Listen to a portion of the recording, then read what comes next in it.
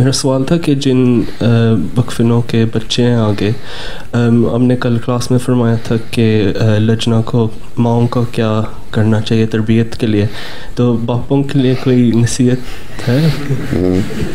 बापों को यही करना चाहिए कि माओं के साथ तावन करें। जी सर। ठीक है। बच्चों की तरबियत में माओं का तो एक हद तक हाथ है जब तक बच्चा घर में है, 10, 11, 12 साल तक है। दूसरे है कि बापों को बचपन से ही बच्चों के साथ दोस्ती रखनी चाहिए। ठीक है, इंटरेक्शन होना चाहिए उनका, बात और इतना करीब होना चाहिए कि जब वो 12 साल के ऊपर जाएंगे, जो लड़के हैं ख़ास तौर पे, तो वो बापों को ही बहुत सारी बातें बता सकते हैं और कर भी सकते हैं।